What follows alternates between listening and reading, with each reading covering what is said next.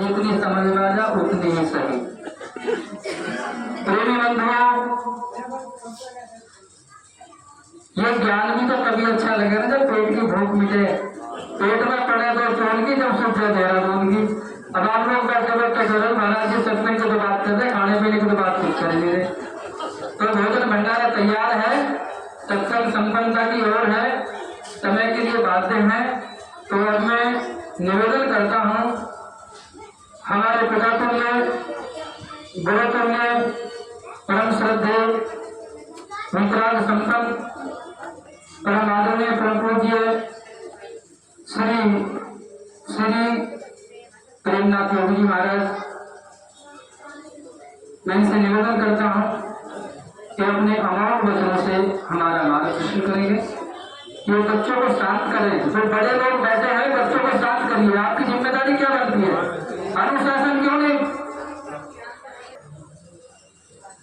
जितना जरूरी हमारे लिए भोजन है, जितना जरूरी हमारे लिए जल है और वस्त्र है, इनके बिना हमारा जीवन नहीं चलता। आवश्यकताएं हैं, इनसे कई गुना ज्यादा, हजारों गुना ज्यादा जरूरत है आदमी को सत्संग की, आदमी को साधना की, आदमी को करुणा की, प्रेम की, समन्वय की, त्याग की और वैराग्य की। मेरे बारे में तो आप लोग जानते हो, जैसा मैं बड़ा खोटा टूटा फूटा तो कोई बात ही नहीं है। बस यही बात है कि आप लोग मुझ पर कृपा करते रहेंगे, मेरा मार्गदर्शन करते रहेंगे। और श्री कबीर निर्णय मंदिर रामनगर ग्राम सुराना पूज्य संत श्री हरि साहब जी की पुण्यतिथि आप हम सबके बीच में बच जाए तो दर्शन मेरा बना रहेगा। स्वामी जी से निवेदन है, समय वो जितना चाहे उनके लिए है। और बोलिए संत गुरुदेव की जय।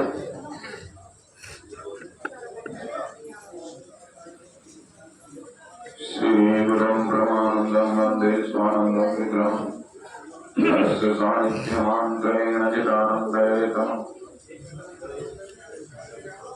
हर साहिया छाड़ गए करे आम की आस, तेन रोज बिनाई है सद्भाग्य रविदास। अगरा घरा विचारिए जो या घर के माँ, अगरा घर पर जा हुआ तो बाकी है कछुआ।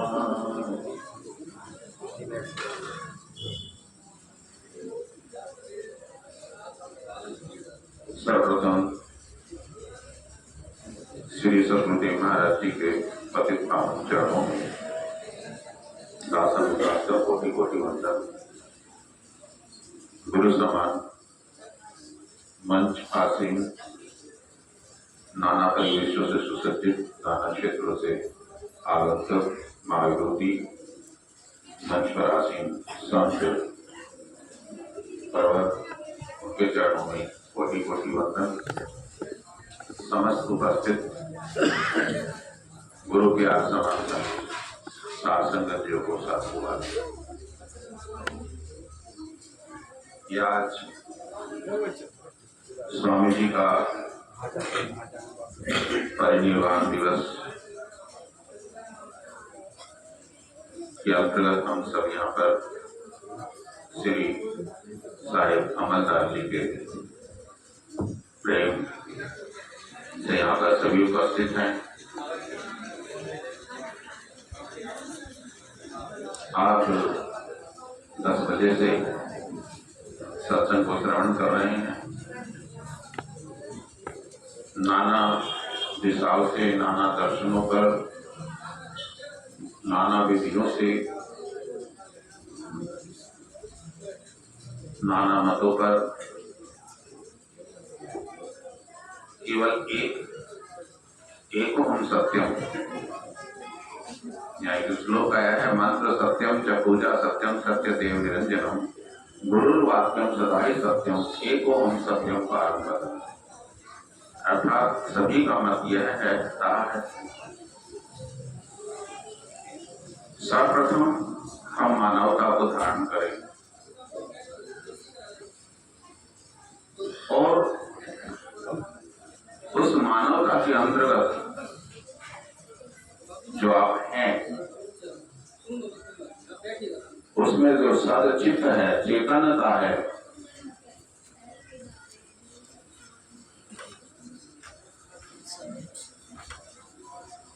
उसकी सान्निध्यता ग्रहण करें। उस महाप्रकाश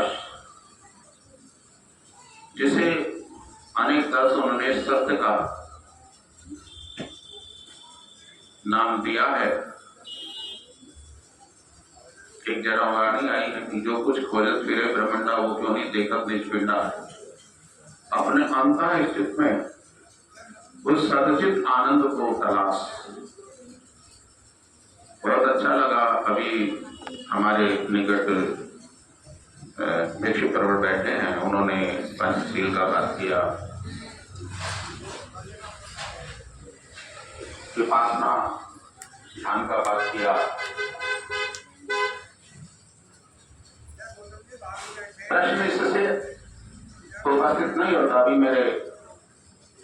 अभी मुझसे पूर्व संत ने बहुत अच्छा दर्शन दिया था कि हमें वर्णमाला में आ से ज्ञा तक किस अक्षर पर हमें टिकना है, ये प्रमुख नहीं है।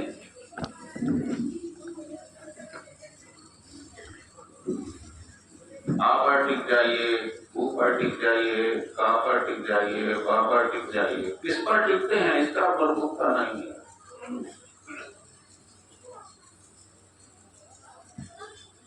प्रमुखता है अपने अंदर के निजी तत्व की कितनी संगति कर रहे हैं आप, और अपने गुरुदेव, अपनी संस्था, अपने मत में आकर कितना स्वाध्याय पर प्रेरित हो रहे हैं, कितना अपने का अभ्यास कर रहे हैं। बाहर का सर्च नहीं करना है। ये जो सभा उन्नत कहा गया है, इसका उद्देश्य बाहर की एजुकेशन, जो आप एजुकेशन की बहुत बड़ी डिग्रियां हैं, लेकिन किसी ना किसी प्लेटफॉर्म पर कोई ना कोई विषय वहां जाकर विराम कर देता है। जैसे मेडिकल साइंस में गुरु महाराज ना करें, हो जाए कैंसर हो गया, तो मेडिकल साइंस और लोगों में जहां पर उसका नियंत्रण है तो प्रभुत्वता दिखाएगा, लेकिन जब कैंसर का बात आएगा तो कहेगा भाई मुख्य तत्व को, तथागत को याद करो या सतगुरुदेव महाराज जी को याद करो, इनका सेवा करो। अर्थात वो वहां विराम देगा, उसके अंतर्गत उसको नियंत्रण करने। जैसे पिछले अभी हम 2-3 साल एक विशेष महामारी से तो सबने बहुत कुछ सीखने को मिला आप लोगों को। तो अर्थ यहाँ यह है कि अपने गुरुदेव की संगत कर आप जितना स्वाध्याय करें, जब तक स्वयं अपने को सर्च नहीं करेंगे, जब तक संस्कारों से संयुक्त नहीं होंगे, तब तक स्व आनंद को आप प्राप्त। सुख एक अलग है।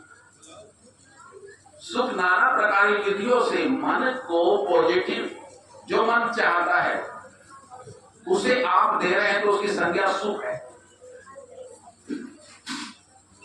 और जो एक धारणा मन के अंदर आपने निज क्षेत्र की बना ली है, उसके विकल्प में कुछ खड़ा हो जाए तो उसे दुख की संज्ञा दे देते हैं।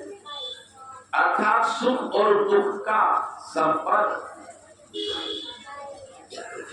वो आपके खुद के तेज से नहीं है, भौतिक एक स्थिति है, भौतिक वाक्य की स्थिति है जो आपके तहत जीवन से जुड़ी। लेकिन आनंद उस सद्गुरुदेव की सानिध्यता से जुड़ा है, आपके स्वयं के, जिसे कहते हैं सदचित आनंद। जो चित्त आनंद में रमण हो जाए, आनंद के अंदर परिपूर्ण हो जाए, स्वरूपार्थ हो जाए, और वह स्वयं के प्रकाश से मिलने पर होगा, स्वयं के प्रकाश के मिलने पर होगा। जब तक हम स्वाध्याय नहीं करेंगे अपने विषयों का हमें ज्ञान नहीं। जब तक हम स्वाध्याय नहीं करेंगे अपने बुरे संस्कारों को हम त्याग नहीं कर सकते। हमने एक शब्द और, देखिए मैं यहाँ सत्संग से बाहर नहीं जाना चाहता हूँ, बहुत कुछ बातें उसमें हो गई हैं और सत्संग की नाना प्रकार की व्याख्या भी आपके सामने अनेक विद्वानों ने, यहाँ पर सभी विद्वान हैं, ऐसी बात नहीं है, आज का नहीं, किसी को एक पीढ़ी का, किसी को 2 पीढ़ी का, किसी को 3 पीढ़ी का, संतों का, घराने का उन्हें ज्ञान भी है और संगत भी है, तो उनको हम क्या दे सकते हैं, हमको थोड़े दिन के साथ। लेकिन हमें गुरुदेव का संगत, सत्संग, सत जो आपका तेज है, जो आपका स्वरूप है, जो ऐसी इम्यूनिटी पावर है जो आपकी, उसके साथ निरंतर रमण करना, उससे मायामुखी ना होना, व्यवहारिक उससे दूर होकर व्यवहारिक ना होना, क्योंकि व्यवहार के जो संसार है।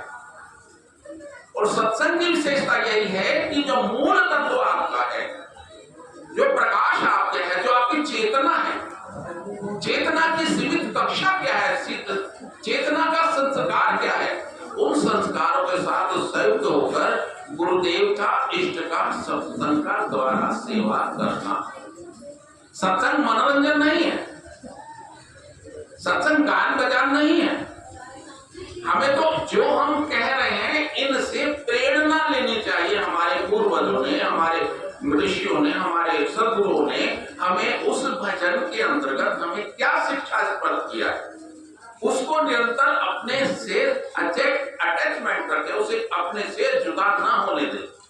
और अगर हमने इस कान से निकालकर उस शब्द को इसलिए तरह निकाल दिया, और न जाने हजारों बार हम कहते चले आ रहे हैं, लेकिन उसकी एक भी लाइन का हमने अपने अंदर अंतर प्रकाश नहीं किया, तो इसे सत्संग नहीं कहते।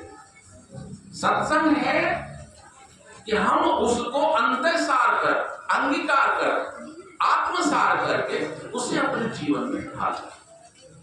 अर्थात यह है कि सत्संग मनोरंजन ना होकर के आत्मरंजन है, चेतन की सानिध्यता है, चेतन के अंदर स्थित होने की स्थिति है।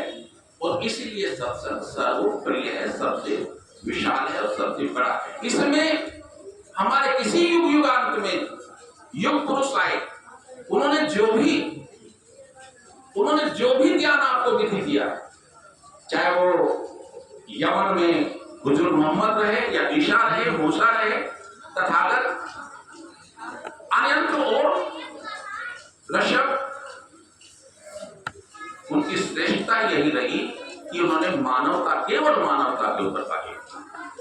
जब भी इस धरा पर मानवता के अंदर विडंबना आई है, जब भी उसने अपना सात्विक रूप छोड़ा है, जब भी उसने तामसिक रूप को घोर रूप से ग्रहण किया है, अमानव बना है, तभी उस प्रेरणा से प्रेरित होकर परम तत्व महागुरु रूप में उस कारण देश काल के अंतर आपके अंदर अपना कार्य कर आपको शिक्षा देकर, आज तक उनसे शिक्षित हमें शिक्षा मिलती है, देकर वो आपको फिर उसी पर, जैसे कहते हैं ना, एक पार्ट करते करते अब बोर हो जाता है, तो उसमें माल भरकर उसकी बोर साइज को एक्यूरेट करते हैं, उसकी बोर से उसकी बोर एक्यूरेसी बनाते हैं। तो जब भी इसमें थोड़ा भी रिटर्न आया, तो हमारी सुपर पावर ने एक सत्य संस्थित होकर अनेक विभूतियों को इस धरा पर, इस विश्व में, एक भारत भूमि की बात नहीं है, विश्व में, और विश्व के किसी पुरुष ने भी मानवता की बात नहीं है, किसी देश काल या किसी जाति या प्रकृति की कोई बात नहीं की। और कोई विशेष उनका हो रहा है कि उन्होंने केवल आपके अंदर सत्य संस्कारों को झंझारवाद करने के लिए उसको प्रेरित किया कि आप मानवता की अंतर्गत रहें, सात्विक कर्म करें। उसका पथ है प्रेम। प्रेम से जब भी आप दूर चले जाएंगे, आप प्रेम से जब भी अहम की तरफ चले जाएंगे, दुराग्रह की तरफ जाएंगे, दुराभास की तरफ चले जाएंगे, तभी आप मानवता से दूर होते चले जाएंगे। इसलिए प्रेम मुख्य सूत्र है। और प्रेम से प्रफुल्लित होकर जैसे ही आप प्रेम आपस में बांटेंगे, एक बहुत सुंदर पद जो है, लाइन आई है, पद नहीं कहूंगा मैं, लाइन आई है संत ज्ञानेश्वर के गुरु जी, उन्होंने सारा जीवन मनुष्यता की मानव है और हम सब में एक तेज है। जब भी उससे जागरूक हो जाएंगे, जब भी उसे ग्रहण कर लेंगे, जब भी उससे मिलन जाएंगे, तो हम में वो सत्य प्रकाश टार्च बनकर अपने आप गाड़ी में कितना अच्छा फ्यूल डाल दें, कितना अच्छा इंजन सर्विस करें, और अगर गाड़ी स्टीयरिंग के द्वारा दिशा युक्त ना हो तो क्या वो अपने मंतव्य तक पहुंच सकती है? वो नहीं पहुंच सकती। हो सकता है एक्सीडेंट भी हो जाए। आज की दुर्घटना से बहुत अच्छा मैं गुरु महाराज का धन्यवाद करता हूँ। मेरे साथ उस टाइम मैं चला था तो बहुत ही मैंने बात की थी, भाई मेरे सामने बिल्कुल सफेद चादर लगी हुई है, यहाँ पर एकदम कोहरा बहुत तेज है, तो मेरे साथ में एक 407 गाड़ी जा रही थी और बहुत तेज भागी जा रही, शायद कहीं बाजार रुपए करके 2-3 गाड़ी देखी मैंने, तो उनमें बहुत सारे व्यापारी बैठे थे। उसके सामने जो हमें नहीं दिख रही थी एक गाड़ी रोड की, एक मिट्टी का डाइवर्जन मवाने से मेरे तक डाइवर्जन बहुत हो रहा है इधर से इधर, तो वहां गाड़ी उसने जो ब्रेक मारे और उसने जो बचाकर गाड़ी को दूसरी कट मार के गाड़ी उसका पिछला टायर खूब उठ गया, उसके पिछले वाले ऊपर जो बैठे थे वो गिरने से बच गए। उसको सदबुद्धि दिया कि ड्राइवर ने इधर झप मारी गाड़ी की, इधर स्टेज मोड़ दी, गाड़ी का बैलेंस इधर हो गया, वो सीधी होकर चली, वरना तो इतना बड़ा एक्सीडेंट हमारे उसको तो बिल्कुल दूसरे जो उसमें छोटी गाड़ी बैठे थे उसको बिल्कुल खत्म कर देता, लेकिन वो पलट खुद भी जाता। तो अर्थात कहने का जब हम दिशायुक्त नहीं होंगे, हमारी योग्यता उस गाड़ी को ड्राइव करने की अच्छी नहीं होगी, अर्थात हम जीवन तो जी रहे हैं लेकिन हमारा जीवन दिशायुक्त नहीं होगा, अच्छे जीवन की संज्ञा के साथ हम नहीं जिएंगे, अच्छे प्रोग्राम हमारे जीवन में नहीं होंगे, तो हमें सही अनुभूति भी नहीं होगी। हम एक मुझे बड़ा आभास आता है, हास्य होता है, हम अभी एक बार देखिए, इसको अनर्थ ना लें, इसे अनर्थ ना लें, गुरु को पारस कहा गया, संतों का मत है, गुरु को क्या कहा गया है? पारस कहा गया है। और पारस जिसके पास होता है वो कभी निर्धन नहीं होता, शक्तिहीन नहीं होता, व्यवहारिक आर्थिक शक्ति ऐसा मत है, आर्थिक शक्ति का वो सबकुंज होता है। और गुरु पारस के भी पारस हैं। एक वाणी आई कि जो लोहे से सोना करता वो पारस है झूठा, और जो पारस को पारस करता वो पारस है साचा। और आपने किसका संग किया है? उन पारस का संग किया है जो पारस बनाते हैं, सोना नहीं बनाते। फिर मेरे भाई आप दलित कैसे हो गए? आपको अपने गुरु को विश्वास नहीं है, आपको अपने गुरुदेव की वचन और संस्कारों पर विश्वास नहीं है। इसका अर्थ है आप उनके गुरु महाराज जी के संस्कारों को एडॉप्ट भी नहीं कर रहे हैं, आप उन पर चल ही नहीं रहे हैं, उनका स्वाध्याय नहीं कर रहे हैं। आपने केवल यहाँ थोड़ी देर के लिए वो जीवन अपना शाम कर लिया है, बाहर जाकर आपका जीवन भिन्न है और यहाँ का जीवन भिन्न है। जब तक उन दोनों जीवनों को सम नहीं बनाएंगे तो आपके पास ना तो किसी पावर की कमी होगी, ना ही आपके पास में संगठन की कमी होगी, ना ही आपके पास किसी शक्ति की कमी होगी। एक बार अपने गुरुदेव के चरणों में रगड़ मार के तो देखो। मैं किसी को ये नहीं कहता हूं कि आप कहां जुड़े, कैसे नहीं, लेकिन गुरुदेव गुरुदेव है। गुरुदेव के पास में सम्यक ज्ञान है जिसे विद्या कहते हैं, जो विद्या कभी भी आपके जीवन में दम ही ना तोड़े, वो ज्ञान गुरुदेव के पास है। और उनको आप लेंगे तो उनको समुद्र है, जितनी समुद्र की गहराई में जाएंगे उतने ही बहुमूल्य रत्नों से आपका मिलन होता चला जाएगा। ऊपर रहेंगे तो आपको भोंगे मिलेंगे, कहीं सीप मिलेंगे, कुछ दूसरे, लेकिन गहराई में जाएंगे तो सीप में मोती भी मिलेगा, वहां समुद्र में लाल लकड़ी से होता हुआ मूंगा भी मिलेगा, और इतनी संपदा रत्न संपदा समुद्र में मिलेगी कि आप तो उस ज्ञान में जितना आप डुबकी मारेंगे, जितना उसका स्वाध्याय करेंगे, जितना उसको अपने आत्मसात करेंगे, उतना ही आपको आनंद होगा।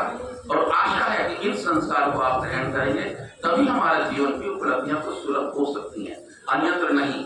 हम गाते रहें और गर्दन सर की तरफ, जैसे सफेद ने बीन बजाई, नाक ने शुरू कर दिया और बीन बंद हो गई, सांप पिटा रहे। ये स्थिति हमारी अगर सत्संग की है तो हम सत्संग में वो जानते ही हैं, हम सत्संग को उसके शब्दों के सार को जाने और उससे अटैच होकर गुरु महाराज की सेवा करें। बोले सतगुरुदेव, धन गुरुदेव, जय गुरुदेव। इसी वाणी के साथ मैं अपनी वाणी को विराम देता हूँ और आशा है कि मेरे से कोई ऐसा शब्द निकल गया हो क्योंकि नाना दर्शनों के लोग हैं, उन्हें अप्रिय लगा हो, उसके लिए मैं क्षमा चाहता हूँ। और मुझे उसे क्षमा करें। आप आपको